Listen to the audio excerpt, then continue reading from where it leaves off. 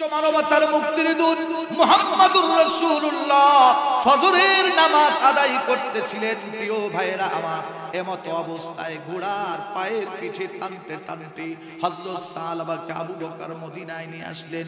মসজিদে নববীর ভিতরে যখন আনলেন, হযরত সাহাবাতুল আনসারীর শরীরটা পাথরের কণার আঘাতে আঘাতে রক্তে রঞ্জিত হয়ে গেল। গোটা শরীর ক্ষত বিক্ষত হয়ে গেছে। মুহতারাম ভাইরা আবার, হযরত সাহাবাতুল আনসারী মসজিদে নববীর বারান্দায় যখন দাঁড়াইল, নবীজি সাল্লাল্লাহু আলাইহি ওয়াসাল্লাম সহকারে উপস্থিত নামাজের সব সাহাবায়ে কেরাম জোরে একটা আওয়াজ শুনতে পাইলেন। প্রিয় ভাইরা আমার, এই আওয়াজটা যখন শুনলেন, কেউ কিছুই বুঝতে পারলেন না। ঠিক সরওয়ারে কায়নাত মুহাম্মদ আরবি সাল্লাল্লাহু আলাইহি ওয়াসাল্লাম হালকা বুঝে গেলেন। মুহতারাম ভাইরা আমার, নামাজ শেষ করে আমার নবীজি সাল্লাল্লাহু আলাইহি ওয়াসাল্লাম বারান্দায় যখন গেলেন, আল্লাহর নবী বারান্দায় তাকায়া হযরত সাহাবার মাথার উপরে যখন হাত রেখেছে, আমার নবী তাকায়া দেখে নামাজের মাঝখানে একটা শব্দ হয়েছে। এই আওয়াজটা করে হযরত সাহাবাতুল আনসারী রাদিয়াল্লাহু তাআলা আনহু দুনিয়ার থেকে চিরতরে বিদায় নিয়ে আল্লাহর ডাকে সাড়া দিয়ে চলে গেছে। জোরে কোন আল্লাহু আকবার, আর জোরে বলুন না আল্লাহু আকবার। কুষ্টিয়ার মুসলমান, বিশ্ব মানবতার মুক্তির দূত সরওয়ার কায়নাত আকায়ে নামদার তাজদার মদিনা মুহাম্মদ আরবি সাল্লাল্লাহু আলাইহি ওয়াসাল্লামের দুই চোখ বেয়ে ঝরঝর করে পানি বের হচ্ছে। প্রিয় ভাইরা, আবার নবীজির দাড়িগুলো বেয়ে বুক ভিজে যাচ্ছে।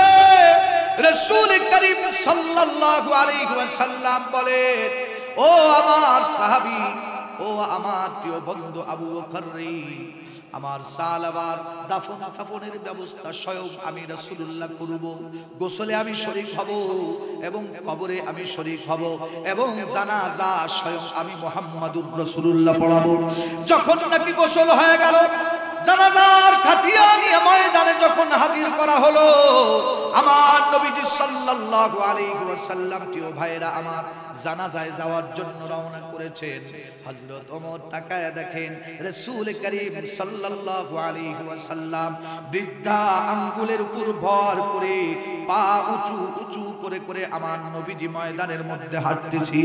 ওমর ডাক দিয়ে বলে, ইয়া রাসূলুল্লাহ, ইতিপূর্বে কোনোদিন আপনাকে এমন করে হাঁটতে দেখি নাই, আজকে আপনি কেন এমন করে হাঁটতেছেন?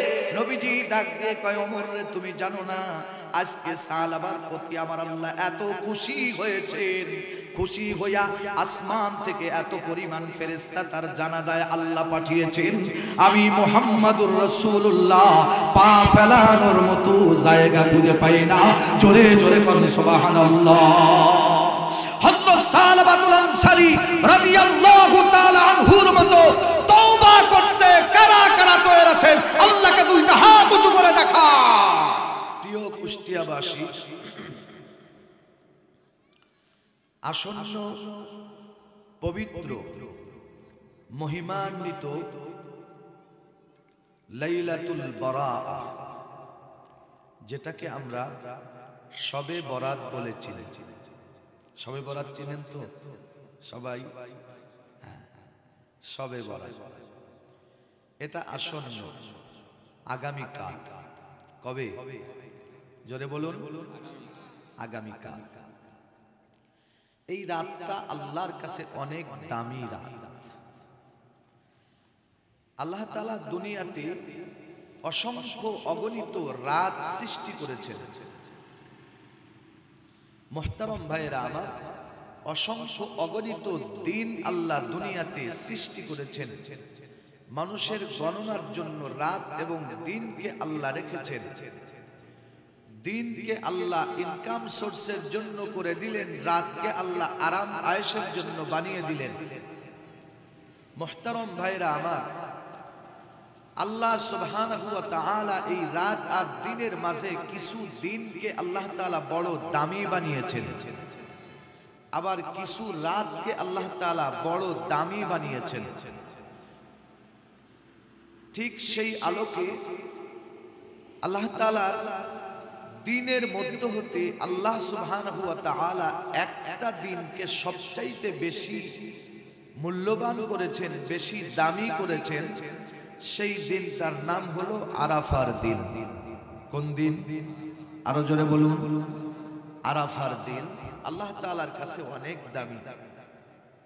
রাসূল করিম সাল্লাল্লাহু আলাইহি ওয়াসাল্লাম বলেন, আরাফার দিনে আল্লাহ রাব্বুল আলামিন যে পরিমাণ বান্দাদেরকে maaf করেন, আল্লাহ সুবহানাহু ওয়া তাআলার সৃষ্টিকৃত দিনের কোন নজির এমন নাই যেই দিনে আল্লাহ এত পরিমাণ মানুষকে maaf করে দেয়। জোরে কোন সুবহানাল্লাহ। সব থেকে বেশি মানুষকে আল্লাহ আরাফার দিনে maaf করতে থাকেন। সুবহানাল্লাহ। ঠিক তেমনি ভাবে আল্লাহ রাব্বুল আলামিন 5টি রাত সৃষ্টি করেছেন, অনেক দামি, অন্যান্য রাতের তুলনায় হাজার হাজার লক্ষ লক্ষ কোটি কোটি গুণ বেশি দামি। কয় রাত? আরো জোরে। 5টি রাত। 1 নাম্বার জুমা রাত।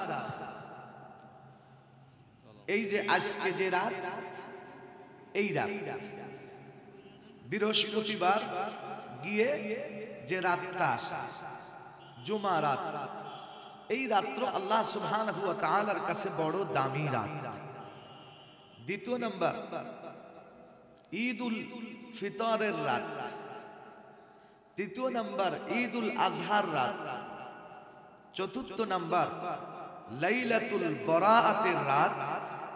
পঞ্চম নাম্বার লাইলাতুল কদরের রাত। এই রাতগুলো আল্লাহ তাআলার কাছে অনেক অনেক অনেক অনেক গুণ দামি। এই রাতে যদি বান্দা আল্লাহ সুবহানাহু ওয়া তাআলার দাসত্ব করে, অন্যান্য রাতের তুলনায় আল্লাহ তাআলা তার আমলনামায় কোটি কোটি গুণ বেশি সওয়াব লিপিবদ্ধ করে দেয়। জোরে বলুন সুবহানাল্লাহ। এই লাইলাতুল বরাআতকে আল্লাহ তাআলা এমন একটা দিনে এবার ফেলেছেন, এটা আল্লাহ তাআলার অনুকম্পা, দয়া, অনুগ্রহ। এইটা থেকে যদি বাংলার জমিনের মানুষগুলো শিক্ষা না নিতে পারে, বাংলার জমিনের মানুষের নসিবে কোনো শিক্ষা নাই, সমগ্র পৃথিবীর মানবতার নসিবে কোনো শিক্ষা নাই। মুহতারম ভাইরা আমার, আগামী কালকে পবিত্র জুমার দিন নাম্বার 1, আগামী কালকে আবার লাইলাতুল বরাআ নাম্বার 2। এক তো জুমার দিন আল্লাহ দামি করেছেন, দ্বিতীয়ত আল্লাহ দামি করেছেন লাইলাতুল বরাআতের রাতকে। দিনও দামি, রাতও দামি। কিন্তু এই দিনে আমাদের বাংলাদেশ সহকারে গোটা পৃথিবীর ফ্যাসিস্টদের, গোটা পৃথিবীর বেহায়া নিকৃষ্ট কিছু মানুষের এই আগামী কালকের 14ই ফেব্রুয়ারির দিনকে একটা দিবস হিসাবে পালনের দিন, কিছু সংখ্যক নিকৃষ্ট মানুষের দিন সেটা। সেই দিনকে কি বলা হয় বলুন তো?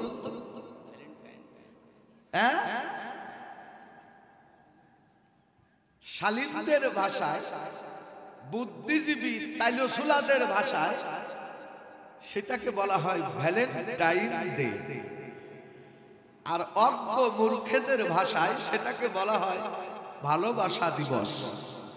আর আমার ভাষায় 14ই ফেব্রুয়ারির দিনটা বিশ্ব বেহায়া দিবস। আমার ভাষায় বিশ্ব নির্লজ্জ দিবস। বাংলার জমিনের মানুষ পবিত্র মহিমান্বিত জুমার দিনে 14ই ফেব্রুয়ারি আল্লাহ রেখেছেন, যেই দিনে আল্লাহ লাইলাতুল বরাআত দিয়েছেন। এই দুইটি ফজিলাতপূর্ণ বিষয় বুঝার পরেও এই দিবসে যারা ভালোবাসার নামে অন্যায়, জুলুম, নির্যাতন, নিপীড়ন করবে, গুনাহের কর্মকাণ্ডের মধ্যে লিপিবদ্ধ হবে, নিঃসন্দেহে তারা জাহান্নামের কীট ছাড়া আর কিছুই হতে পারে না। আওয়াজ দিয়ে বলেন ঠিক কিনা? তারা জাহান্নামের কীট। সংগ্রামী তাওহীদি জনতা, আমার প্রিয় ভাইরা, কুষ্টিয়ার মুসলমান, আল্লাহ সুবহানাহু ওয়া তাআলা আগামী কালকের দিনকে এবং রাতকে আমাদের জন্য ইবাদত হিসাবে দিয়েছেন। আল্লাহ তাআলা যেন আমাদের সকলকে ইবাদতে দিন এবং রাত কাটানোর তৌফিক এনায়েত ফরমান। সবাই বলি আমিন। ভ্যালেন্টাইন ডে আর ভালোবাসা দিবস আগামীকাল পালন করবেন না কারা কারা রাজি আছেন? আল্লাহর হাত দেখান। লিল্লাহি তাকবীর, লিল্লাহি তাকবীর। আল্লাহ কবুল করেন। সবাই বলি আমিন। আরো জোরে বলুন আমিন। লাইলাতুল বরাআ, শবে বরাত বড় দামি রাত। এই রাতে আল্লাহ তাআলা অসংখ্য অগণিত মানুষদেরকে মাফ করতে থাকে। প্রিয় ভাইরা আমার, আমাদের গুনাহের কোনো শেষ নাই। চোখের পলকে পলকে আমাদের গুনাহ হয়ে যায়। প্রত্যেকটি কদমে কদমে আমাদের গুনাহ হয়ে যায়। প্রত্যেকটি কথার ফাঁকে ফাঁকে আমাদের গুনাহ হয়ে যায়। আমাদের মিথ্যার কোনো শেষ নাই, গীবত শিকায়েতের কোনো শেষ নাই। আমাদের কানের গুনার শেষ নাই, আমাদের মুখের গুনার শেষ নাই, হাতের গুনার শেষ নাই, পায়ের গুনার শেষ নাই। রাত দিনে আমার মুহূর্ত নাই যেই মুহূর্তের মধ্যে আমরা গুনাহ করি না, এমন একটা মুহূর্ত অতিবাহিত হয় না। আল্লাহ তাআলা ডাক দিয়ে বলতে থাকেন, আলা মিন মুস্তাগফিরিন ফাগফির লা। কে আছো গুনাহ থেকে আমার কাছে মাপ চাইবা? এই রাতে মাপ চাইতে দেরি আছে, আমি আল্লাহ তোমাকে মাফ করতে দেরি করব না। জোরে কোন সুবহানাল্লাহ। আর একটু জোরে বলুন না সুবহানাল্লাহ। এই রাত সম্পর্কে দেখবেন আমাদের সমাজে কিছু বেকায়দা মৌলবী আছে। তারা বলে লাইলাতুল বরাআতে কোনো ইবাদত নাই। এরকম বেকায়দা মৌলবী কুষ্টিয়ায় আসেনি? আছে। বেকায়দা মৌলবীদেরকে পরিষ্কার মেসেজ দিতে চাই, সহিহ বিশুদ্ধ এক দুইটা হাদিস নয়, অনেকগুলো বর্ণনায়, বিশুদ্ধ বর্ণনায় নবীজি সাল্লাল্লাহু আলাইহি ওয়াসাল্লাম লাইলাতুল বরাআতের কথা বলেছেন। নবীজি বলেন, লাইলাতুন নিসফি মিন শাবান কুমু লাইলাহা ওয়া সুমু নাহারাহা। লাইলাতুন নিসফি মিন শাবান, শাবান মাসের মধ্য রজনী 14 তারিখ দিবাগত রাত্রে দাঁড়ায়া দাঁড়ায়া ইবাদত বندگی করো, আর পরবর্তী দিনে তোমরা রোজা রাখো। বিনিময়ে আল্লাহ তাআলা तमाम জিন্দেগীর গুনাহগুলো maaf করে পবিত্র বানায় দিবে। জোরে বলুন সুবহানাল্লাহ। মাফ করবেন কে? আরো জোরে বলুন, মাফ করবে কে? মুহতারাম ভাইরা আমার, বিশ্ব মানবতার মুক্তির দূত সরওয়ারে কায়নাত আকায়ে নামদার তাজদারে মদিনা মুহাম্মদ আরবি সাল্লাল্লাহু আলাইহি ওয়াসাল্লাম থেকে হাদিস পাওয়া যায়। নবীজি সাল্লাল্লাহু আলাইহি ওয়াসাল্লাম লাইলাতুন নিসফি মিন শাবানে, মুহতারাম ভাইরা আমার, হযরত আয়েশা সিদ্দিকা রাদিয়াল্লাহু তাআলা আনহার ঘরের মধ্যে নবীজি ছিলেন। মুহতারাম ভাইরা আমার, হযরত আয়েশা বলেন, হঠাৎ করে গভীর রাত্র যখন হয়ে গেল, হযরত আয়েশা বলেন, আমি মুহাম্মাদুর রাসূলুল্লাহকে ঘরের মধ্যে খোঁজ করে পাইতেছি না। হযরত আয়েশা বলেন, রাসূল করিম সাল্লাল্লাহু আলাইহি ওয়াসাল্লাম কোথায় বের হয়ে গেলেন জিনিসটা অনুধাবনের জন্য। হযরত আয়েশা বলেন, আমি রাসূল সাল্লাল্লাহু আলাইহি ওয়াসাল্লামকে খোঁজার জন্য রাতে বের হলাম। মুহতারাম ভাইরা আমার, হযরত আয়েশা বলেন, আমি তাকায়া তাকায়া দেখলাম ওই রজনীতে মুহাম্মাদুর রাসূলুল্লাহ জান্নাতুল বাকি কবরস্থানে দাঁড়ায়া দাঁড়ায়া কবরবাসীদের জন্য আমার নবীজি দোয়া করতেছি।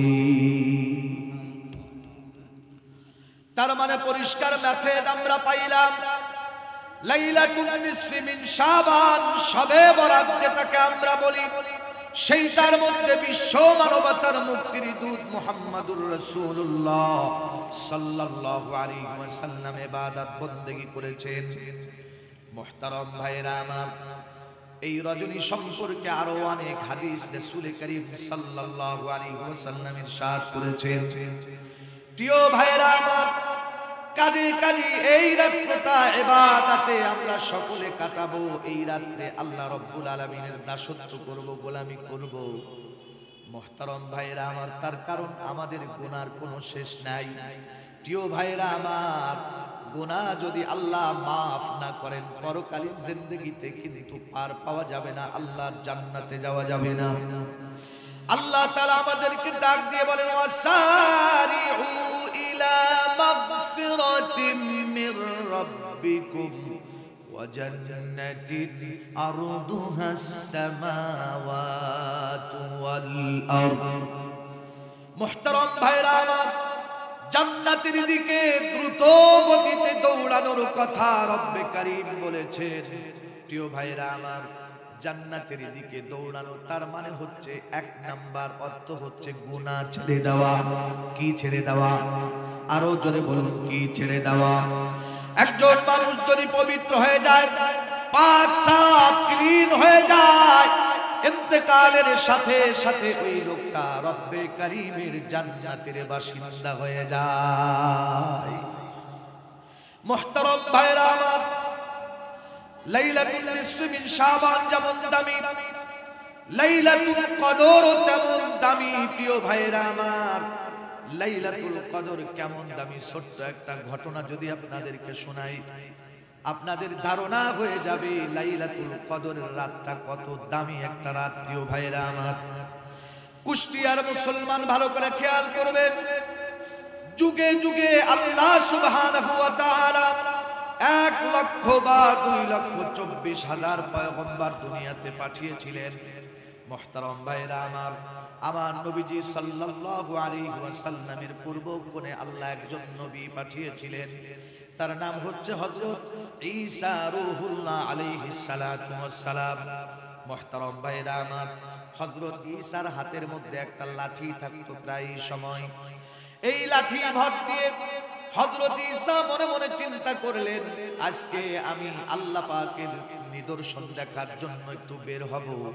মুহতারাম ভাইরা আমার, এই কথা চিন্তা করে হযরত ঈসা লাঠি ভর দিয়ে আস্তে আস্তে বের হলেন। হঠাৎ করে ঈসা তাকায় দেখেন সুবিশাল বড় একটা পাহাড় দেখা যায়। হযরত ঈসার দিলের মধ্যে চাইলো, রব্বুল আলামিন পাহাড়টারে কত সুন্দর করে বানিয়েছে, আমার আল্লাহর বানানো পাহাড়টা আমি ঈসা একটু ঘুরে ঘুরে দেখব।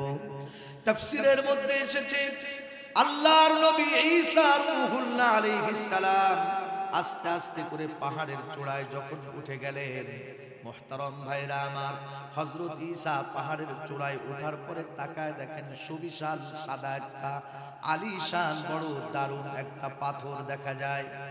হযরত ঈসা ওই পাথরটা দেখে বড় অবাক হয়ে গেলেন, আশ্চর্য হয়ে গেলেন, কি কর্তব্য বিমূঢ় হয়ে গেলেন।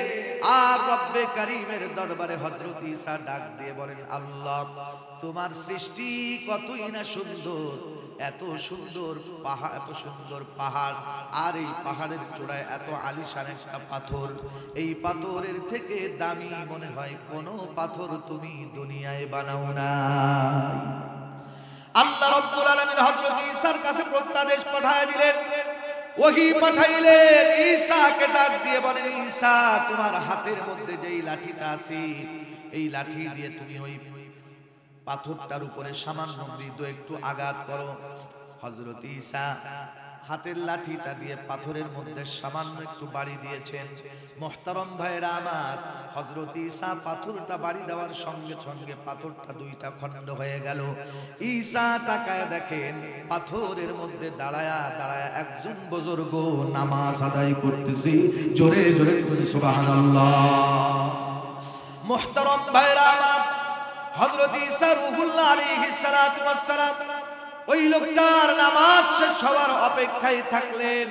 প্রিয় ভাইরা আমার, লোকটার যখন নামাজ শেষ হয়ে গেল, হযরত ঈসা তাকায় দেখেন লোকটার সামনে খামচা ভরা অনেক ফল ফ্রুট রয়েছে। আল্লাহর নবী ঈসা বলেন, এমন ফল ফ্রুট আমি ঈসা জীবনে কোনোদিন দুনিয়ায় দেখি নাই। এত সুন্দর ফল ফ্রুট তার সামনে। বুজুর্গের নামাজ যখন শেষ হয়ে গেল, আল্লাহর নবী ঈসা ওই বুজুর্গকে ডাক দিয়ে বলেন, কতদিন পর্যন্ত আপনি এই পাথরের মধ্যে আছেন? বুজুর্গ ডাক দিয়ে বলেন, 350 বছর পর্যন্ত আমি এই পাথরের মধ্যে আছি। হযরত ঈসা ডাক দিয়ে বলেন 350 বছর ধরে কি তোমার কাছে এই খানাগুলো আসে? লোকটি ডাক দিয়ে বলে হ্যাঁ হ্যাঁ, শুধু 350 বছর ধরে একবার নয়, প্রত্যেক দিন দুই বার করে আল্লাহ তাআলা জান্নাত থেকে আমার জন্য এই পাথরের মধ্যে খাবার সরবরাহ করে দেয়। আওয়াজ দিয়ে বলেন না আল্লাহু আকবার। মুহতারাম ভাইরা আমার, কুষ্টিয়ার মুসলমান ভালো করে খেয়াল করবেন, আল্লাহর পয়গম্বর ঈসা রূহুল্লাহ আলাইহিস সালাতু ওয়াস সালাম মুহূর্তের মধ্যে সিজদায় পড়ে গেছে। মালিকের দরবারে সিজদায় পড়ে ঈসা দুই চোখ বেয়ে ঝরঝর করে পানি পড়ছে। হযরত ঈসা কান্দে আর ডাক দিয়ে বলে ওগো আল্লাহ, আমার কাছে মনে হয় এই বুজুর্গর থেকে দামি মানুষ তুমি পৃথিবীতে আর কাউকে পাঠাও নাই। আল্লাহ তাআলা ওহী পাঠালেন ঈসার প্রতি। হযরত ঈসাকে ডাক দিয়ে বলেন ঈসা, তোমার ধারণা ভুল। আমি আল্লাহ সুবহানাহু ওয়া তাআলা তোমার পরবর্তীতে একজন নবী পাঠাবো, তার নাম হলো মুহাম্মাদুর রাসূলুল্লাহ। এই মুহাম্মাদুর রাসূলুল্লাহর অসংখ্য অগণিত উম্মত আমি দান করব। এই উম্মতদেরকে আমি আল্লাহ একটি রাত দান করব, রাতটির নাম হলো লাইলাতুল কদর। ও ঈসা, এই লাইলাতুল কদরের রাতে যদি মুহাম্মদের উম্মতগুলো দাঁড়ায়া রব্বে কারীমের ইবাদত বندگی করতে পারে, ঈসা শুনে রাখো, আমি তোমাকে সাক্ষী রেখে ঘোষণা করলাম, আমি আল্লাহ সুবহানাহু ওয়া তাআলা এই বুজুর্গের 350 বছরের ইবাদতের তুলনায় লাইলাতুল কদরের এক রাতের ইবাদত উম্মতি মুহাম্মদের সওয়াব 350 বছরের থেকে বেশি বাড়ায়া দিলাম। আর একটু জোরে বলুন আল্লাহু আকবার। লাইলাতুল কদর, লাইলাতুল বারাআ, দুই ঈদের রজনী, জুমার রজনীকে আল্লাহ তাআলা মায়া করে, দয়া করে, অনুগ্রহ করে, রহমত দিয়ে আল্লাহ সুবহানাহু ওয়া তাআলা এই রাত দিয়েছেন। এই রাতে যদি বান্দা আল্লাহর কাছে মাগফিরাত চাইতে না পারে, বান্দা যদি মাফ করাইতে না পারে, রহমতের ভাগীদার যদি না হতে পারে, বরকতের ভাগীদার যদি না হইতে পারে, ওই লোকটার থেকে নেমক হারাম, ওই বান্দা থেকে গাদ্দার, ওই বান্দা থেকে বড় নাফরমান আল্লাহর আসমানের নিচে, আল্লাহর জমিনের উপরে দ্বিতীয় আর কেউ হতে পারে না। কথা বলেন ঠিক কিনা? সে বড় নাফরমান। বندگی করব তো ইনশাআল্লাহ। কারা কারা রাজি আছেন আল্লাহকে হাত দেখান। লিল্লাহি তাকবীর। আমার আল্লাহকে সবাই জোরে একটা ডাক দেন, বলেন আল্লাহ। আরো জোরে বলেন আল্লাহ। হাত নামান। আল্লাহ আমাদেরকে কবুল ফরমান, সকলে বলি আমিন। আর একটু জোরে বলুন আমিন। মুহতারাম ভাইরা আমার, মাগফিরাতের জন্যই তো আল্লাহ তাআলা আমাদেরকে দুনিয়ায় পাঠালেন। বান্দা গুনাহ করবি, আমার কাছে মাফ চাইবি। আল্লাহর হাবিব বলেন, বান্দা যদি সমুদ্রের ফেনা পরিমাণও গুনাহ করে ফেলে, আর যদি খালিস দিলে, খাঁটি দিলে আল্লাহর কাছে তওবা করতে পারে, আর সে আজিমের মালিক আল্লাহ ডাক দিয়ে কয়, আমার বন্ধুরে আমি আল্লাহ মাফ না করে পারি না। জোরে বল সুবহানাল্লাহ। আমার আল্লাহর দয়ার কোনো শেষ নাই, আমার আল্লাহর মায়ার কোনো শেষ নাই, আমার আল্লাহর অনুগ্রহের কোনো শেষ নাই। প্রিয় ভাইরা আমার, গভীর রাত্রে আমার আল্লাহকে তো ডাক দিয়ে দেখেন নাই? একদিন একটু তাহাজ্জুদের নামাজের পরে আমার আল্লাহকে একটু আল্লাহ বলে ডাক দেন না ভাই, কলিজা ঠান্ডা হয়ে যায়। গোটা পৃথিবীকে যদি এক পাল্লায় রাখা হয় আর আল্লাহ ডাকটা যদি আরেক পাল্লায় রাখা হয়, কুল কায়নাতের থেকে আল্লাহ নামের ডাকের পাল্লা ভারী হয়ে যায়। আওয়াজ দিয়ে বলেন না সুবহানাল্লাহ। আল্লাহ নামে এত মধু, আল্লাহ নামে এত মায়া।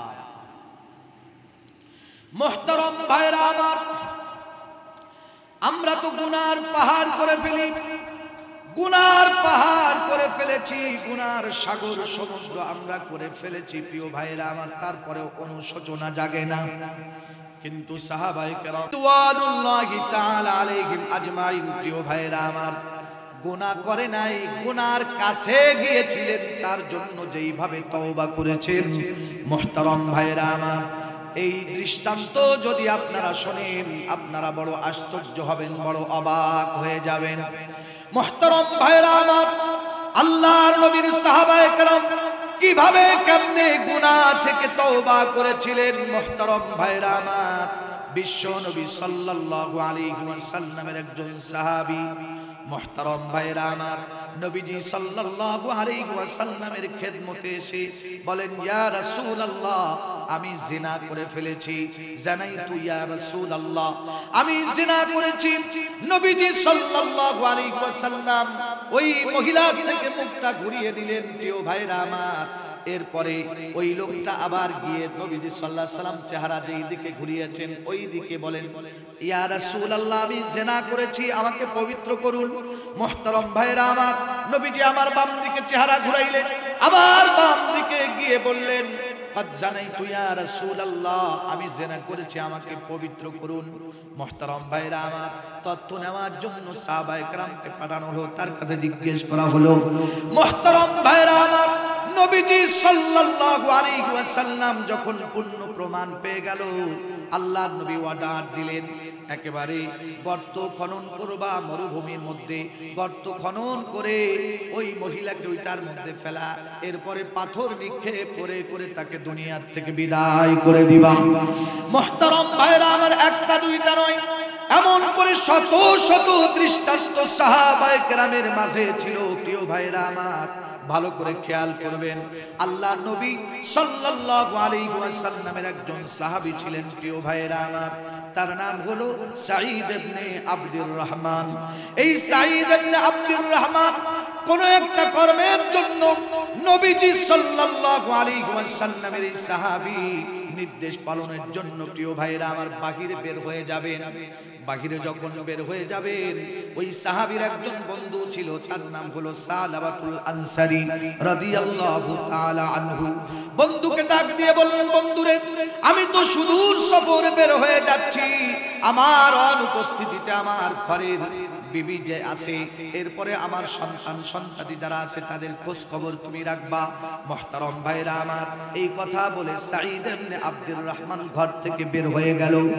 প্রিয় ভাইরা আমার, হযরত সালাবাতুল আনসারী রাদিয়াল্লাহু তাআলা আনহু ঠিক সুন্দরভাবে খোঁজ খবরটা রাখতেছে। প্রিয় ভাইরা আমার, হঠাৎ করে একদিন সালাবার হৃদয়ের মধ্যে শয়তান কুমন্ত্রণা ঢেলে দিল। প্রিয় ভাইরা আমার, এমন কুমন্ত্রণা ঢেলে দিল, হৃদয়ের মধ্যে ধাক্কা দিল, আহারে যা যা, সাঈদ ইবনে আব্দুর রহমানের বিবি ঘরের মধ্যে একা বসে আছে, তুই ঘরের মধ্যে ঢুকে যা।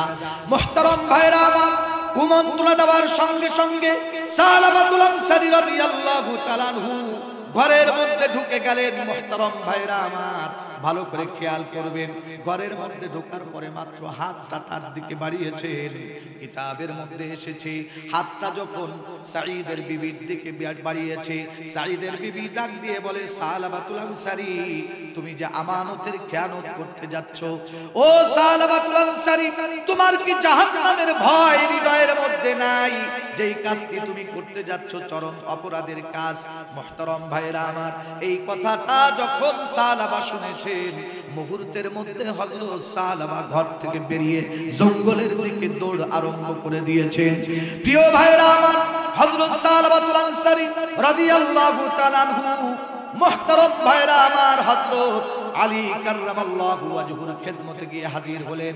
হযরত আলীকে ডাক দিয়ে বলেন, আলী রে, বড় অপরাধ করে ফেলেছি, মস্ত বড় অন্যায় আমি করে ফেলেছি, আলী তুমি এইটা একটা বিহিত করে দাও। হযরত আলী ডাক দিয়ে বলেন, এইটার ব্যাপারে আমার করার কিচ্ছুই নাই। হযরত ওমরের কাছে গেলেন, হযরত ওমর একই কথা বললেন। আবু বকরের দরজায় গেলেন, হযরত আবু বকরও ফিরিয়ে দিলেন। প্রিয় ভাইরা আমার, মুহতারাম ভাইরা আমার, সালাবাতুল আনসারীর হাত ধরেছিল কলিজার টুকরা সন্তান, তার নাম হলো হযরত খামসানা।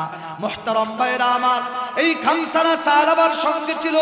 সালাবা এবার মনে মনে চিন্তা করলো, হযরত আলী আমাকে ফেরত দিতে পারে, ওমর ফেরত দিতে পারে, আবু বকর ফেরত দিতে পারে, কিন্তু বিশ্ব মানবতার মুক্তির দূত সরওয়ারে কায়নাত মুহাম্মাদুর রাসূলুল্লাহ আমাকে ফেরত দিবে না। এই কথা চিন্তা করে হযরত সালাবাতুল আনসারী নবীজি সাল্লাল্লাহু আলাইহি ওয়াসাল্লামের দরজার দিকে দৌড় আরম্ভ করলেন। প্রিয় ভাইরা আমার, আল্লাহর নবীর সাহাবী নবীজির খেদমতে হাজির হয়ে ডাক দিয়ে কই, ইয়া রাসূলুল্লাহ, এই অপরাধ আমি করে ফেলেছি, আমাকে মুক্ত করুন। নবীজি ডাক দিয়ে বলেন, এখানে আমার ইন্টারফেয়ার করার কিচ্ছুই নাই, এই জায়গায় বলার আমার কিচ্ছুই নাই। মুহতারাম ভাইরা আমার, নবীজি সাল্লাল্লাহু আলাইহি ওয়াসাল্লাম যখন বলেছে বলার কিছুই নাই, জমিনের মধ্যে হাঁটু গেড়ে দিলেন সালাবা। জমিন থেকে দুই মুষ্ট মাটি নিয়ে রব্বে কারীমের দরবারে ডাক দিয়ে বলে, ও আরশ আজিমের মালিক, যেই আশা নিয়ে হযরত ওমর, আলী, উসমান, আবু বকরের কাছে আমি গেলাম, লাস্টে মুহাম্মাদুর রাসূলুল্লাহর কাছে গেলাম, তিনিও আমাকে ফিরায় দিল। ও আরশ আজিমের মালিক, আমার মনে হয় তুমি আমাকে ফিরাইয়া দিবা না। জমিনের মাটি মুখের মধ্যে, মাথার মধ্যে ডলা আরম্ভ করলেন। মুহতারাম ভাইরা আমার, কলিজার টুকরা না, কলিজার টুকরা সন্তান খামসানা ছিল, তার হাত ধরে, এই হাতটা ধরে আঙ্গুলটা ধরেছিল। মুহূর্তের মধ্যে সন্তান আঙ্গুল ছেড়ে দিয়ে কয়, আব্বা, আজকের থেকে আমার আব্বা বলা খতম হয়ে গেল। তার কারণ হলো, গোটা মদিনাতুল মুনাওয়ারার মধ্যে ঘুরে ঘুরে দেখেছি তোমাকে কেউ মূল্য দেয় না, তোমাকে কেউ ইজ্জত দেয় না। বিশ্বনবী মুহাম্মাদুর রাসূলুল্লাহ যাকে ইজ্জত দেয় না, তাকে আমি খামসানা আব্বা বলে ডাকতে পারি না। সন্তান যখন হাতটা ছেড়ে দিয়েছে, কুষ্টিয়ার মুসলমান হযরত সালাবাতুল আনসারী রাদিয়াল্লাহু তাআলা আনহু এবার সরাসরি মরুভূমির প্রান্তরে দৌড় আরম্ভ করেছেন। প্রিয় ভাইরা আমার, মরুভূমির মধ্যে দৌড়াইতে দৌড়াইতে একটা পাহাড়ের গুহা পেয়েছি। ওই পাহাড়ের গুহার মধ্যে হযরত সালাবাতুল আনসারী ঢুকে গেছে। মুহতারাম ভাইরা আমার, আল্লাহর নবী বিশ্ব নবী রাহমাতুল লিল আলামিন সাল্লাল্লাহু আলাইহি ওয়াসাল্লামের কাছে জিবরিল আমিন এসে সালাবা সম্পর্কে মেসেজ জানিয়ে দিয়েছেন, নবীজি রে, স্বয়ং আল্লাহ সালাবাকে maaf করে দিয়েছেন, আল্লাহ সালাবার উপরে সন্তুষ্ট হয়ে গেছে। জোরে জোরে বলেন সুবহানাল্লাহ। মুহতারাম ভাইরা আমার, বিশ্ব মানবতার মুক্তির দূত মুহাম্মাদুর রাসূলুল্লাহ সাল্লাল্লাহু আলাইহি ওয়াসাল্লামের কাছে জিবরিল আমিন যখন এই সংবাদটা দিয়েছেন, প্রিয় ভাইরা আমার, মুহূর্তের মধ্যে নবীজি আলীশান একটা টিম বানাইলেন। টিমের নেতা বানিয়ে দিলেন হযরত আবু বকরকে, সালমান ফারসিকেও সঙ্গে দিয়ে দিলেন। নবীজি বলেন, আমার সালাবা যেখানে আছে তাকে খোঁজ করে নিয়ে আসো। মুহতারাম ভাইরা আমার, হযরত আবু বকরের টিমটা গোটা মদিনাতুল মুনাওয়ারার গলিতে গলিতে খুঁজতেছি, কোথাও সালাবাকে পাওয়া যায় না। প্রিয় ভাইরা আমার, ওই পাহাড়ের পাদদেশে যখন হযরত আবু বকর গিয়েছে, আবু বকর ডাক দিয়ে কয়, এইখানে এমন একটা ভাগুড়া গোলাম এসেছে কিনা, চেহারা তার এই চেহারার বর্ণনা যখন দিয়েছে, এলাকার লোকগুলো বলে, ভাগুড়া গোলাম কিনা তা আমরা জানি না, চেহারাটা তো কিছুটা মেলে। এই পাহাড়ের পাদদেশে একজন মানুষ আছে, রাত যত গভীর হয় তার কান্নার আওয়াজ তত বেড়ে যায়। তার কান্নার আওয়াজে আমরা পাহাড়ের পাদদেশের মানুষগুলো ঘুম পড়তে পারি না, এত চিল্লায় চিল্লায় কাঁদে। হযরত আবু বকর ডাক দিয়ে বলে, ওই লোকটার কাছে আমাদেরকে নিয়ে যাও। আল্লাহর নবীর সাহাবী হযরত আবু বকর যখন সেখানে হাজির হলেন, হযরত সালাবাতুল আনসারী রাদিয়াল্লাহু তাআলা আনহু সে মতো অবস্থায় দাঁড়ায়া দাঁড়ায়া নামাজ আদায় করতেছিলেন। মুহতারাম ভাইরা আমার, হযরত আবু বকর পিছন থেকে যখন আওয়াজ দিলেন, হযরত সালাবাতুল আনসারী ডাক দিয়ে কয়, আওয়াজে বুঝতে পেরেছে আবু বকর, কিন্তু আবু বকর রে, আপনি যে আমাকে মদিনায় নবীজি সাল্লাল্লাহু আলাইহি ওয়াসাল্লামের কাছে যাওয়ার কথা বলো রে আবু বকর, আমি অপরাধী, আমি যাইতে পারবো না, আমি যাব না, রাসূলুল্লাহর সামনে আমি মুখটা দেখাইতে পারবো না। মুহতারাম ভাইরা আমার, আবু বকর পিড়াপিড়ি আরম্ভ করলেন, সালাবা তোমাকে যেতেই হবে। মুহতারাম ভাইরা আমার, এক পর্যায়ে হযরত সালাবাতুল আনসারী ডাক দিয়ে বলেন, আবু বকরের শর্ত একটা আছে। বলে, কি শর্ত? অপরাধীকে যেইভাবে নেওয়া হয়, আমি অপরাধী, আমাকে যদি ওইভাবে নিতে পারো তাহলে মদিনায় যাব, অন্যথায় আমি যাব না। মুহতারাম ভাইরা আমার, বলে, কেমনে নিবা? আমার গর্দানের মধ্যে দুইটা হাত বেঁধে রশি দিয়ে সুন্দর করে বাঁধার পরে ঘোড়ার পায়ের সঙ্গে বেঁধে আমাকে টানতে টানতে যদি মদিনায় নিতে পারো তাহলে আমি যাব, অন্যথায় যাব না। যেই কথা সেই কাম। প্রিয় ভাইরা আমার, বিশ্ব মানবতার মুক্তির দূত মুহাম্মাদুর রাসূলুল্লাহ ফজরের নামাজ আদায় করতেছিলেন। প্রিয় ভাইরা আমার, এমত অবস্থায় ঘোড়ার পায়ের পিঠে টানতে টানতে হযরত সাহাবাকে আবু বকর মদিনায় নিয়ে আসলেন। মসজিদে নববীর ভিতরে যখন আনলেন, হযরত সাহাবাতুল আনসারীর শরীরটা পাথরের কণার আঘাতে আঘাতে রক্তে রঞ্জিত হয়ে গেল। গোটা শরীর ক্ষত বিক্ষত হয়ে গেছে। মুহতারাম ভাইরা আবার, হযরত সাহাবাতুল আনসারী মসজিদে নববীর বারান্দায় যখন দাঁড়াইলো, নবীজি সাল্লাল্লাহু আলাইহি ওয়াসাল্লাম সহকারে উপস্থিত নামাজের সব সাহাবায়ে কেরাম জোরে একটা আওয়াজ শুনতে পাইলেন। প্রিয় ভাইরা আমার, এই আওয়াজটা যখন শুনলেন, কেউ কিছুই বুঝতে পারলেন না। ঠিক সরওয়ারে কায়নাত মুহাম্মদ আরবি সাল্লাল্লাহু আলাইহি ওয়াসাল্লাম হালকা বুঝে গেলেন। মুহতারাম ভাইরা আমার, নামাজ শেষ করে আমার নবীজি সাল্লাল্লাহু আলাইহি ওয়াসাল্লাম বারান্দায় যখন গেলেন, আল্লাহর নবী বারান্দায় তাকায়া হযরত সাহাবার মাথার উপরে যখন হাত রেখেছেন, আমার নবী তাকায়া দেখে নামাজের মাঝখানে একটা যে শব্দ হয়েছে, এই আওয়াজটা করে হযরত সাহাবাতুল আনসারী রাদিয়াল্লাহু তাআলা আনহু দুনিয়া থেকে চিরতরে বিদায় নিয়ে আল্লাহর ডাকে সাড়া দিয়ে চলে গেছে। জোরে কোন আল্লাহু আকবার। আরো জোরে বলুন না আল্লাহু আকবার।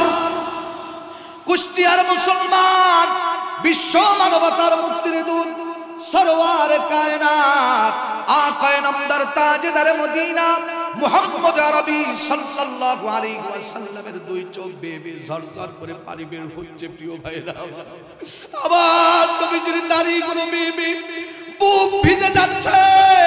রাসূল করিম সাল্লাল্লাহু আলাইহি ওয়াসাল্লাম বলেন, ও আমার সাহাবী, ও আমার প্রিয় বন্ধু আবু বকর রে, আমার সালাবার দাফন কাফনের ব্যবস্থা স্বয়ং আমি রাসূলুল্লাহ করব। গোসলে আমি শরীক হব এবং কবরে আমি শরীক হব এবং জানাজা স্বয়ং আমি মুহাম্মাদুর রাসূলুল্লাহ পড়াবো। যখন নাকি গোসল হয়ে গেল, জানাজার খাটিয়া নিয়ে ময়দানে যখন হাজির করা হলো, আমার নবীজি সাল্লাল্লাহু আলাইহি ওয়াসাল্লাম প্রিয় ভাইরা আমার জানাজায় যাওয়ার জন্য রওনা করেছেন। হযরত ওমর তাকায়া দেখেন রাসূল করিম সাল্লাল্লাহু আলাইহি ওয়াসাল্লাম বৃদ্ধা আঙ্গুলের উপর ভর করে পা উঁচু উঁচু করে করে আমার নবীজি ময়দানের মধ্যে হাঁটতেছি। ওমর ডাক দিয়ে বলে, ইয়া রাসূলুল্লাহ, ইতিপূর্বে কোনোদিন আপনাকে এমন করে হাঁটতে দেখি নাই, আজকে আপনি কেন এমন করে হাঁটতেছেন? নবীজি ডাক দিয়ে কয়, ওমর রে, তুমি জানো না আজকে সালাবার প্রতি আমার আল্লাহ এত খুশি হয়েছেন, খুশি হইয়া আসমান থেকে এত পরিমাণ ফেরেশতা তার জানাজায় আল্লাহ পাঠিয়েছেন। আমি মুহাম্মাদুর রাসূলুল্লাহ পা ফেলানোর মতো জায়গা খুঁজে পাই না। জোরে জোরে বলুন সুবহানাল্লাহ। হযরত সালাবাতুল আনসারী রাদিয়াল্লাহু তাআলা আনহুর মতো তওবা করতে কারা কারা তৈরি আছেন? আল্লাহকে দুইটা হাত উঁচু করে দেখা। আল্লাহ আমাদের সকলকে তওবাকারী হিসাবে মঞ্জুর করে নাও। জোরে কর আমিন। আরো জোরে বলেন আমিন। মুহতারাম ভাইরা আমার, তওবা করবেন, রাজি আছি ইনশাআল্লাহ? রাজি আছি তো ইনশাআল্লাহ? প্রিয় ভাইরা আমার, তওবা করবেন, পাশাপাশি একটা কাজ চালায় যাবেন। কয়টা কাজ? আর একটু জোরে বলুন, কয় কাজ? ওয়াজ চলবো নি? চলবো? কারা কারা চলবে? আল্লাহর হাত করে হাত লিল্লাহি তাকবীর। কত সময়? সারা রাত? সবাই সারা রাত?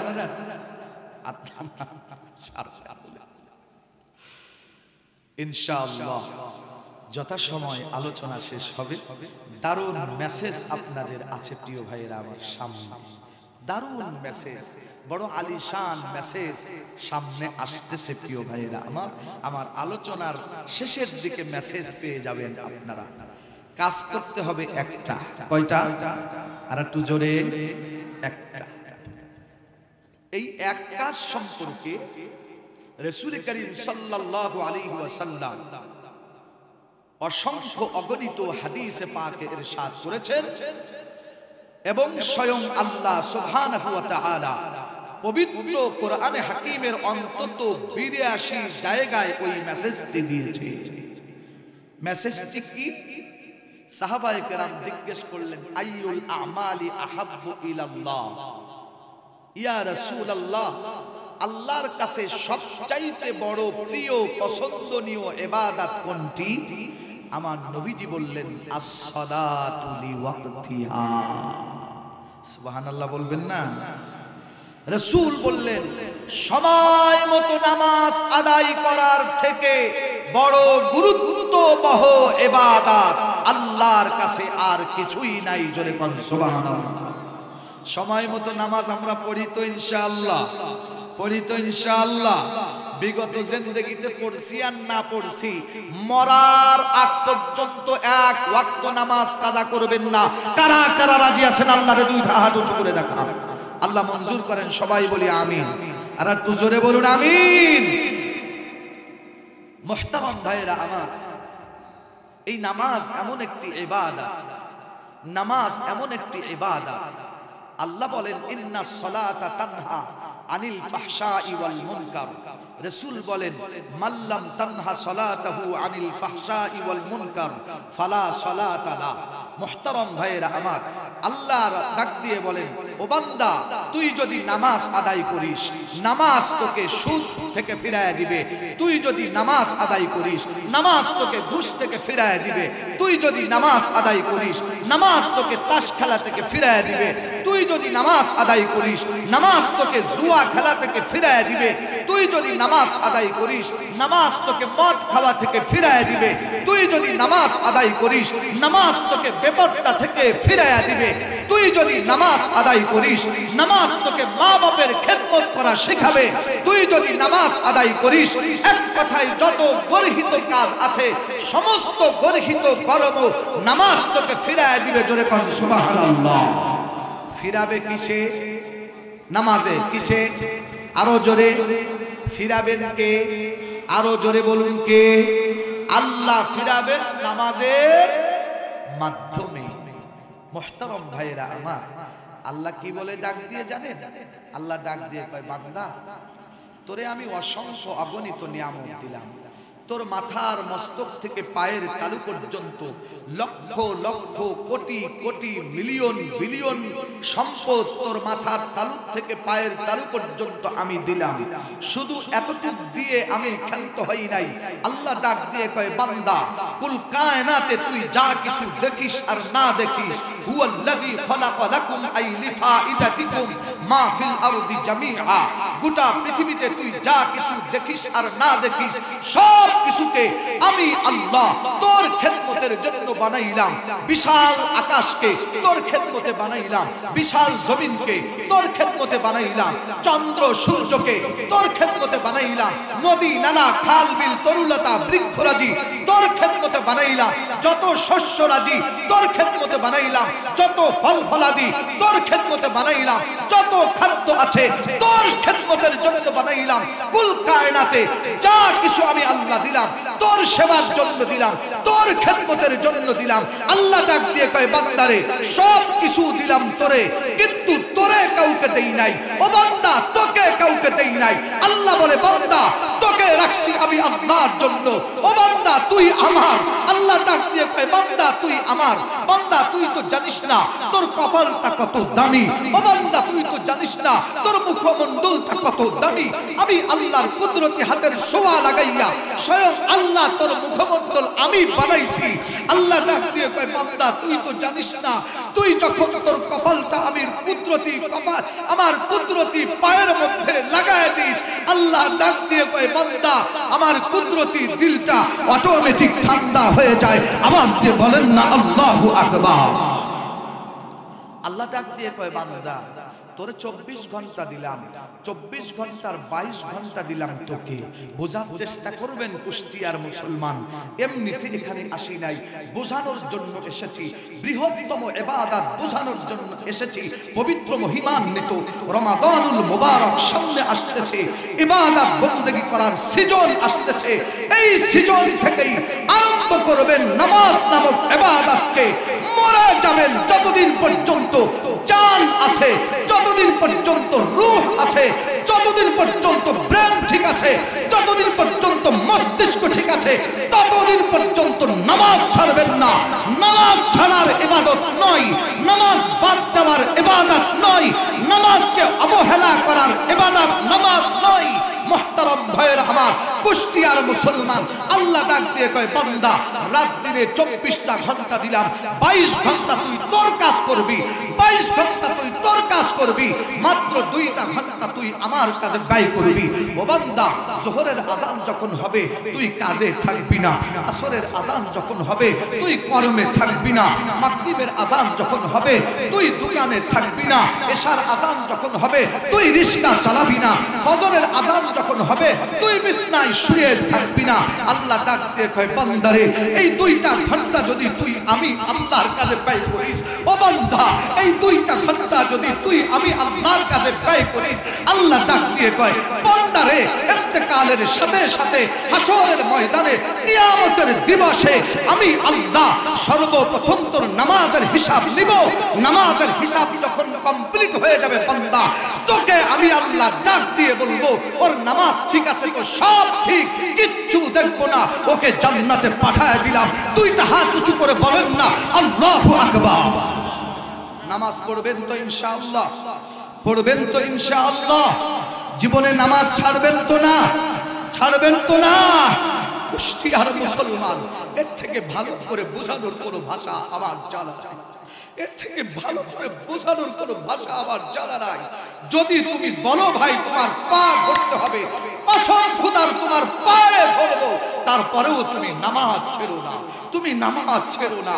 আল্লাহর কসম, আজকে যদি এই ময়দান থেকে 10টা মানুষ পাক্কা নামাজি হয়ে যায়, আজকে এই মাদ্রাসার মাহফিল কামিয়াব হয়ে গেছে, আজকে এই মাহফিল ধন্য হয়ে গেছে, এই মাদ্রাসা আল্লাহর দরবারে মকবুল হয়ে গেছে, উলামায়ে কেরাম আল্লাহর দরবারে মকবুল হয়ে গেছে। কারণ উলামায়ে কেরামের দায়িত্ব হচ্ছে, রাহবারি হচ্ছে মানুষদেরকে পায়ে ধরে ধরে নামাজি বানানো। যদি বান্দা নামাজি হয়ে যায়, অটোমেটিক তার সব জিনিস এমনি ভালো হয়ে যাবে। আওয়াজ দিয়ে বলেন না সুবহানাল্লাহ। পড়বেন তো নামাজ ইনশাআল্লাহ, পড়বেন তো ইনশাআল্লাহ, ঘরে বসে না জামাতে, আর একটু জোরে, ঘরে না জামাতে, জামাতে। আপনি পুরুষ জামাতে পড়বেন, যে মহিলা সে ঘরে পড়বে। মহিলা কোথায়? আমার মা বোনরা কোথায় পড়বে? আমার মা বোন, ও আমার মা, ও আমার বোন, আমি শুনেছি পুরুষ যত পরিমাণ হয়েছে তার 5 ডাবল নাকি আপনারা হয়েছেন। ও আমার মা, ও আমার মা, নামাজ ছাড়বেন না, নামাজ ছাড়বেন না, নামাজ ছাড়বেন না। আল্লাহ আমার মাদেরকে নামাজি বানাই দেন, বলেন আমিন। আল্লাহ আমার বাপদেরকে নামাজি বানাই দেন, বলেন আমিন। আরো জোরে বলেন আমিন। মুহতারাম ভাইরা আমার, বড় সুদীর্ঘ লম্বা টাইম নিয়ে বক্তব্য দিতে পারবো না। প্রিয় ভাইরা আমার, ভালো করে খেয়াল করবেন, পুরুষ যারা তারা জামাতে নামাজ আদায় করবেন। জামাতের গুরুত্ব অপরিসীম। একটা হাদিসের মধ্যে রাসূল ডাক দিয়ে বলেন, আমার মন চায়, আমার দিল চায় মসজিদে জামাত হচ্ছে, আর মানুষগুলো ঘরে আছে, কর্মস্থলে আছে, জামাতে শরীক হচ্ছে না, ঘরে বসে বসে, ঘরে দাঁড়ায় দাঁড়ায় নামাজ আদায় করতেছি। আমার নবীজি ডাক দিয়ে বলেন, আমার দিল চায়, মন চায়, ওই ঘরটারে আগুন দিয়ে আমি রাসূলুল্লাহ জ্বালায় দেই। এর থেকে বড় ধিক্কার আর কি আছে? আল্লাহর নবীর একজন অন্ধ সাহাবী ছিলেন, আব্দুল্লাহ ইবনে উম্মে মাকতুম রাদিয়াল্লাহু তাআলা আনহু। রাসূল করিম সাল্লাল্লাহু আলাইহি ওয়াসাল্লামের দরবারে হাজির হলেন এই অন্ধ সাহাবী ডাক দিয়ে বলে, ইয়া রাসূলুল্লাহ, আমি তো অন্ধ, অনেক সময় সাথী পাই না, সঙ্গী পাই না, আমার কি জামাতে নামাজ পড়া আবশ্যক? আল্লাহর নবী ডাক দিয়ে বলে, উম্মে মাকতুম রে, সাথী পাও আর না পাও সেটা দেখার কোনো বিষয় নয়। যখন নাকি মসজিদে আজান হয়ে যাবে, তুমি টুকটুক করে লাঠি বট দিয়ে হলেও আল্লাহর ডাকে সাড়া দেওয়ার জন্য মসজিদে চলে যাবা।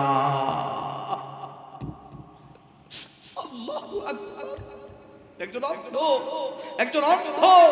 আপনার দুইটা চোখ ভালো, আমার দুইটা চোখ ভালো, তারপরেও আমি জামাতে শরীক হই না। আমি যে কত বড় গাদ্দার, আমি যে কত বড় নেমক হারাম, আমি যে কত বড় নাফরমান, এটা অঙ্ক করে আমি কোনোদিন দেখি নাই। আমার অঙ্কে আমি ফেল করে বসে আছি, আমার আখিরাতের খাতার অঙ্কে আমি ফেল করে আছি, দিন পেয়ে আছি, আমি আখিরাতের খাতায় পাস করতে পারি না।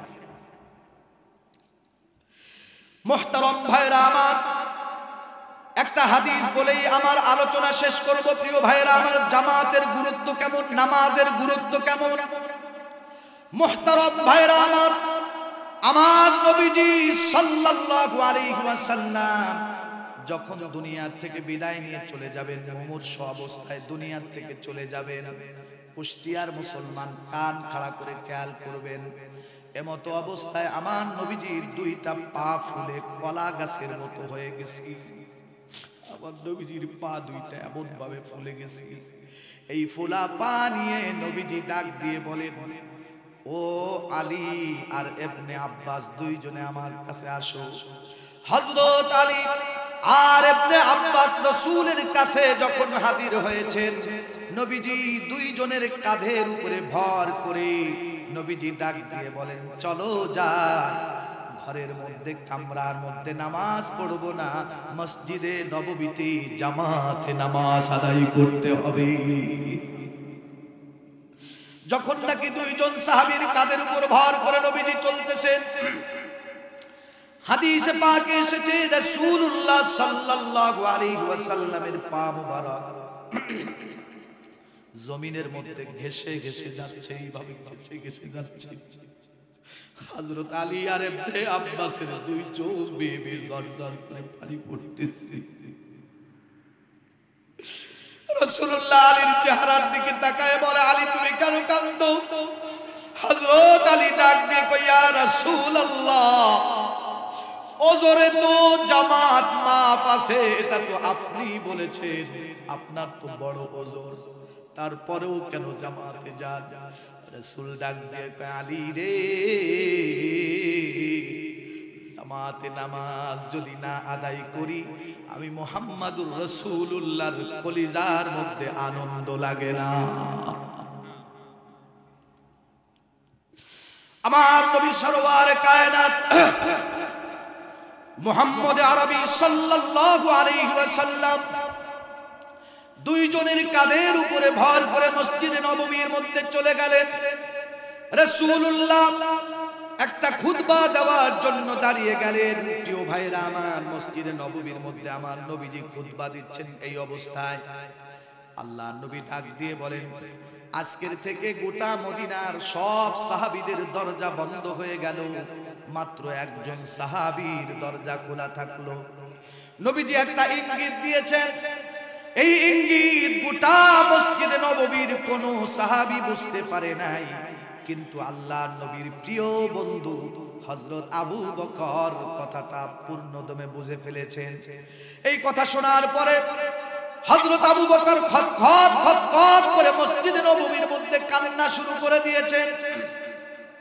হযরত আবু বকরকে সাহাবায়ে কেরাম ডাক দিয়ে বলেন, আবু বকর রে, আপনি কেন এমন করে জোরে জোরে কাঁদছেন? রাসূলুল্লাহ কি না কি বলেছেন, কার না কার কথা বলেছেন, আপনি কাঁদছেন কেন? হযরত আবু বকর ডাক দিয়ে বলে, তোমরা তো জানো না, রাসূলুল্লাহর কথার দ্বারা আমি একটা ইঙ্গিত পেয়েছি, আমার নবীজির কথার দ্বারা পাওয়া যায় আমাদেরকে ইতিম করে আমার নবীজি তাড়াতাড়ি মনে হয় চলে যাবে। মুহতারাম ভাইরা আমার, এই কথা যখন শুনেছি, মসজিদে নববীর মধ্যে কান্নার রোল পড়ে গেল, সমস্ত সাহাবীরা কাঁদতেছে। রাসূলুল্লাহ সাল্লাল্লাহু আলাইহি ওয়াসাল্লাম এমত অবস্থায় আলী আর ইবনে আব্বাসকে ডাক দিয়ে বলে, তোমরা দুইজন আসো। দুইজনের কাঁধের উপর ভর করে আমার নবীজি জান্নাতুল বাকি কবরস্থানে চলে গেলেন। কবরস্থানে গিয়ে নবীজি হাত উঁচু করে কবরবাসীদের জন্য দোয়া করতেছেন। এক পর্যায়ে আমার নবীজি ডাক দিয়ে বলেন, জান্নাতুল বাকি, ও কবরস্থানের লোক, আমার দিল বলছে আমি মনে হয় খুব দ্রুত তোমাদের সাথে সাক্ষাৎ করব। এই কথাটা যখন হযরত আলী শুনলেন, কাটা কবুতরের মতো ছটফট করে হযরত আলী কান্না করলেন।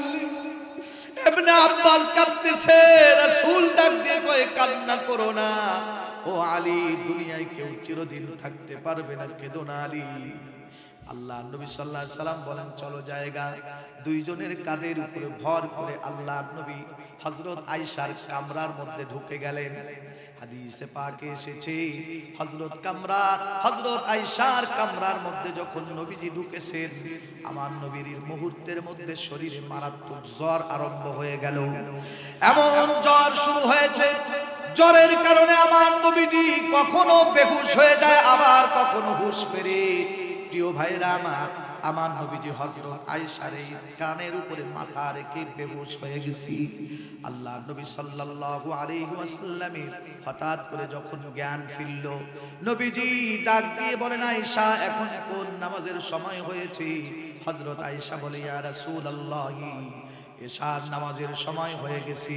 আল্লাহর নবী ডাক দিয়ে বলে আয়েশা, আমি উঠা মসজিদে নববী পর্যন্ত যাইতে পারতেছি না, এই বল আমার নাই।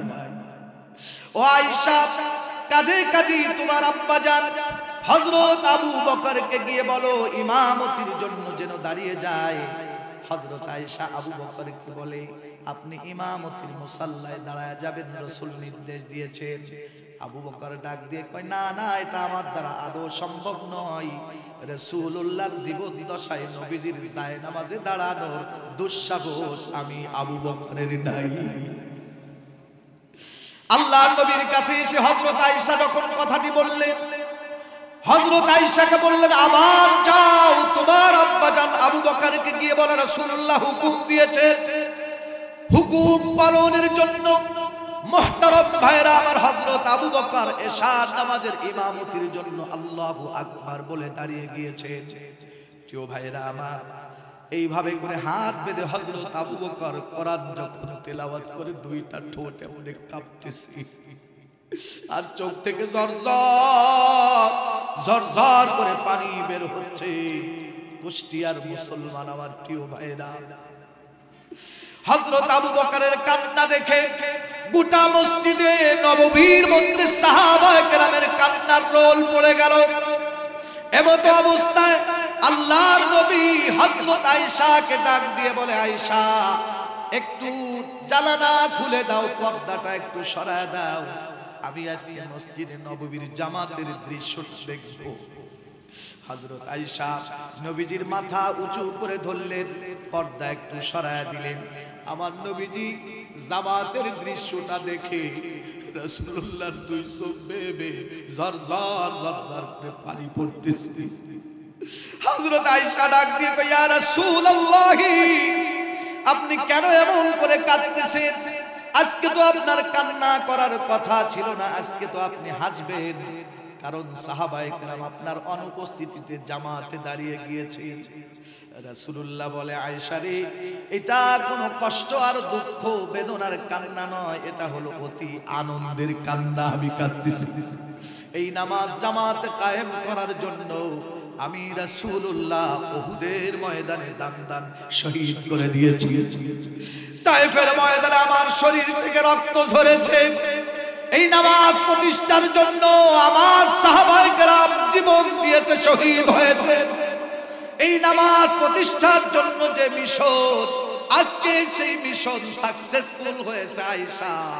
এই আনন্দে আমি মুহাম্মাদুর রাসূলুল্লাহর দুই চোখ বেয়ে পানি পড়তেছে। মুহতারাম ভাইরা আমার, অতীব সংক্ষেপে হাদিসটা বলে শেষ করব। আল্লাহর নবী সাল্লাল্লাহু আলাইহি ওয়াসাল্লাম প্রিয় ভাইরা আমার বিছানার মধ্যে আবার শুয়ে পড়লেন। মুহতারাম ভাইরা আমার, অল্প কিছুক্ষণের মধ্যে নবীজি সাল্লাল্লাহু আলাইহি সাল্লাম হাত দিয়ে এমনি ইশারা দিচ্ছেন, তোমরা কে কে আসো এখান থেকে সরে যাও, ক্লিয়ার হয়ে যাও। হযরত আয়েশা কিছুই বুঝতে পারলেন না, সরে গেলেন সবাই। মুহতারাম ভাইরা আমার, দরজার মধ্যে হাজির হয়ে গেছে মালাকুল মউত হযরত আজরাইল, সঙ্গে এসেছেন জিবরিল আমিন আলাইহিস সালাতু ওয়াস সালাম, বিশ্ব মানবতার মুক্তির দূত মুহাম্মাদুর রাসূলুল্লাহ। সাল্লাল্লাহু আলাইহি ওয়াসাল্লামকে এসে হযরত জিবরিল আমিন এবং আজরাইল সালাম বিনিময় করেছেন। জিবরিল আমিন ডাক দিয়ে ইয়া রাসূলুল্লাহি, রূহ কবজা করার জন্য আজরাইল এসেছে।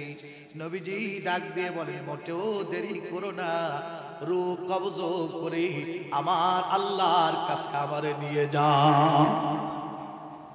মুহতারাম ভাইরা, আবার রূহ কবজা হয়ে গেল। নবীজি দুনিয়ার থেকে বিদায় নিয়ে চলে গেলেন। হযরত আবু বকর ওইখানে উপস্থিত ছিলেন না, হযরত ওমরও উপস্থিত ছিলেন না। প্রিয় ভাইরা আমার, সালমান ফারসি সহ কোন সাহাবায়ে কেরাম, বিলাল, কেউ উপস্থিত নাই। মুহতারাম ভাইরা আমার, নবীজির ওফাতের সংবাদ যখন আবু বকরের কানে গিয়ে একজন সাহাবী বলেছে, হযরত আবু বকর মুহূর্তের মধ্যে কানটা এমনি বন্ধ করে রেখেছে। বৃদ্ধ সাহাবী হযরত আবু বকর মাটির মধ্যে বসে পড়েছে। হযরত আবু বকর বলে, এমন সংবাদ আমাকে তোরা কেউ শোনাবি না, আমি সহ্য করতে পারবো না। হযরত আবু বকর এইভাবে করে লুঙ্গির মধ্যে হাতটা মজবুত করে ধরে রাসূলুল্লাহ সাল্লাল্লাহু আলাইহি ওয়াসাল্লামের বাড়ির দিকে রওনা করেছে। হযরত ওমরের কাছে যখন সংবাদ চলে গেল, ওমর ঘরের থেকে আঙ্গা তরবারি নিয়ে বের হয়ে গেছে। কে আসিস, কার সাহস এমন আমার সামনে বলবি মুহাম্মদ দুনিয়ায় নাই? মুহূর্তের মধ্যে তার কল্লা ফেলে দেওয়া হবে। গোটা মসজিদ নববীর মধ্যে কান্নার রোল পড়ে গেল।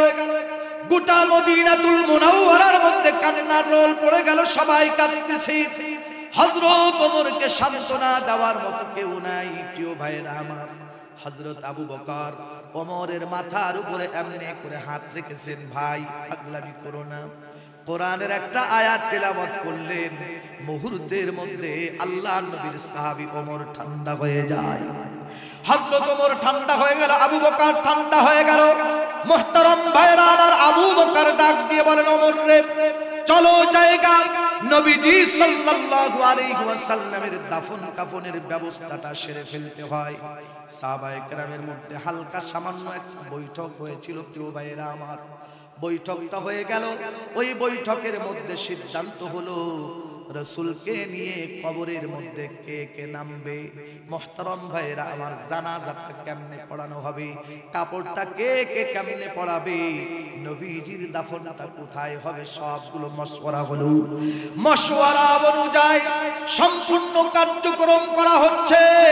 সিদ্ধান্ত হয়ে গেল, রাসূলুল্লাহকে নিয়ে কবরের মধ্যে মাথার সাইড ধরে নামবে হযরত আবু বকর, আর পায়ের সাইড ধরে নামবে হযরত ওমর। মুহতারাম ভাইরা আমার, যেই কথা সেই কাজ অনুযায়ী মাথার সাইড ধরে হযরত আবু বকর রাসূলুল্লাহকে নিয়ে কবরে নেমে গেছে, আর পায়ের সাইডটা ধরে হযরত ওমর কবরে নেমে গেছে।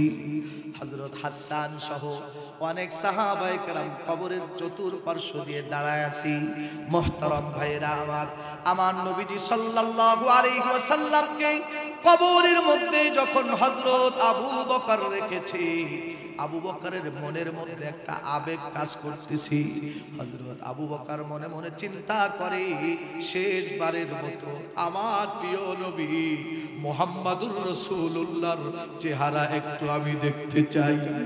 এই কথাটা বইলা হযরত আবু বকর নবীজি সাল্লাল্লাহু আলাইহি ওয়াসাল্লামের মুখের থেকে কাপড়টা সরিয়েছি।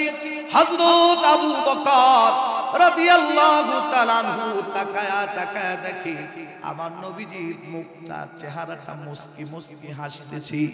হযরত আবু বকর মনে মনে চিন্তা করলেন, জীবদ্দশায় নবীজির ঠোঁটের সাথে ঠোঁটটা লাগাইতে পারি নাই। হযরত আবু বকর মনে মনে চিন্তা করলেন, আজকে এই চান্সটা হারাবো না, নবীজির ঠোঁটের সঙ্গে ঠোঁটটা লাগাবো। মুহতারাম ভাইরা আমার, ওইদিকে পায়ের সাইডের মধ্যে হযরত ওমর রাসূলের পা দুইটাকে এইভাবে বুকের মধ্যে জড়ায় ধরছে। ওমর ডাক দিয়ে কই, রাসূল রে, যেই নবীর কারণে, যেই রাসূলের কারণে ওমর জিরো থেকে হিরো হয়ে গেল, আজকে এই ওমর মুহাম্মাদুর রাসূলুল্লাহর পা ছাড়বে না। হযরত ওমর পা দুইটা মজবুত করে ধরে রাখছে। এইদিকে আবু বকর রাসূলুল্লাহ সাল্লাল্লাহু আলাইহি ওয়াসাল্লামের চেহারায় চুমু খাওয়ার জন্য মাথাটা যখন নিচু করেছি, আবু বকরের এক ফোঁটা চোখের পানি আমার নবীজির চোয়ালের মধ্যে এমনি টপ করে পড়ে গেছে। হযরত হাসান ডাক দিয়ে বলে, আল্লাহর কসম করে বলি, আমি তাকায় দেখলাম আবু বকরের এক ফোঁটা চোখের পানি যখন রাসূলুল্লাহর চেহারার মধ্যে পড়ে গেল, হাসান ডাক দিয়ে কয়, রাসূলুল্লাহর চেহারার দিকে আমি তাকাইলাম, তাকায় দেখলাম আল্লাহর নবীর দুই চোখ বেয়ে বেয়ে পানি পড়ে গেছে। মুহতারাম ভাইরা আমার, কুষ্টিয়ার মুসলমান, ভালো করে খেয়াল করবেন, আল্লাহর নবী সাল্লাল্লাহু আলাইহি ওয়াসাল্লামের প্রেম, মোহাব্বত, ভালোবাসা হযরত আবু বকরের দিলের মধ্যে কেমন ছিল প্রিয় ভাইরা আমার। হযরত রাসূলের ভালোবাসা সোয়া লক্ষ সাহাবায়ে কেরামের অন্তরের মধ্যে কেমন ছিল। শেষ ফিনিশিং এর বক্তব্য প্রিয় ভাইরা আমার, আমার নবীজি যখন দুনিয়া থেকে বিদায় নিয়ে চলে যায়, আজরাইল যখন রাসূলের রূহটাকে কবজ করে নিয়ে যাবে, এমতো অবস্থায় আমার নবীজি হযরত আয়েশা, হযরত ফাতেমাতুজ জোহরা, হাসান হুসাইন সহকারী কারো কথা নবীজি জবান দিয়ে বের করলেন না। আমার নবীজি একটাই কথা বললেন, আসসালাত আসসালাত ওয়া মা মালাকাত আইমানুকুম, নামাজ নামাজ আমার উম্মতেরা নামাজ, নামাজ ছাড়বি না উম্মতেরা। কারা কারা তৈরি আছেন মরার আগ পর্যন্ত এক ওয়াক্ত নামাজ ছাড়বেন না, আমার আল্লাহরে দেখায় দেন। লিল্লাহি তাকবীর। আল্লাহ মঞ্জুর করেন, জোরে বলেন আমিন। আর একটু জোরে বলুন আমিন। আমাদের সকলকে নামাজি, পরহেজগার, মুত্তাকিন হিসাবে মঞ্জুর করেন, সবাই বলি আমিন। আর একটু জোরে বলুন আমিন। আলহামদুলিল্লাহি রাব্বিল আলামিন, والصلاة والسلام على سيد الأنبياء والمرسلين وعلى آله وأصحابه أجمعين. ربنا ظلمنا أنفسنا وإن لم تغفر لنا وترحمنا لنكونن من الخاسرين. ربنا آتنا في الدنيا حسنة وفي الآخرة حسنة وقنا عذاب النار. رب ارحمهما كما ربياني صغيرا. رب ارحمهما كما ربياني صغيرا. يا الله তাকায় দেখো, তোমার কিছু গুনাহগার গোলাম গভীর রাত পর্যন্ত শুধুমাত্র তোমার কোরআনের প্রেমে বসে আছি, গভীর রাত পর্যন্ত শুধুমাত্র তোমার ভালোবাসায় বসে আছি। ওগো আল্লাহ, তোমার রাসূলের প্রেম কলিজার মধ্যে নিয়ে বসে আছি। ওগো আরশে আজিমের মালিক, আমরা সবাই গুনাহগার, তোমার নাম গফফার। ইয়া আল্লাহ, তোমার নাম গফুর, তোমার নাম রহমান, তোমার নাম রহিম। তোমার গফুর, গফফার, রহিম, রহমান নামের খাতিরে আমাদের সকলের तमाम জিন্দেগীর গুনাহগুলোকে maaf করে দাও। ইয়া আল্লাহ, আমাদেরকে নামাজি বানায় দাও, আমাদেরকে পরহেজগার বানায় দাও, আমাদেরকে মুত্তাকিন বানায় দাও, আমাদেরকে তোমার বন্ধু বানায় দাও, আমাদেরকে তোমার বন্ধু বানায় দাও। তোমার মুহাব্বতের শরবত আমাদেরকে পান করায় দাও, তোমার মুহাব্বতে আমাদেরকে পাগল বানায়া দাও, তোমার মুহাব্বতে আমাদেরকে রাস্তা পাগল বানায়া দাও। ইয়া আল্লাহ, তোমার হাবিব, তোমার বন্ধু মুহাম্মদুর রাসূলুল্লাহর মুহাব্বত আমাদের কলিজার মধ্যে ঢোকায়া দাও। সব কিছু থেকে তোমার বন্ধু মুহাম্মদকে ভালোবাসার তৌফিক দাও। ইয়া আল্লাহ, মুহাম্মদুর রাসূলুল্লাহর সুপারিশ আমাদের জন্য ওয়াজিব বানায়া দাও। ওগো আরশে আজিমের মালিক, তাকায় দেখো মজলিসের মধ্যে কার মা নাই, কার বাবা নাই, আব্বা আম্মা দুনিয়া থেকে বিদায় নিয়ে এতিম করে চলে গেছে।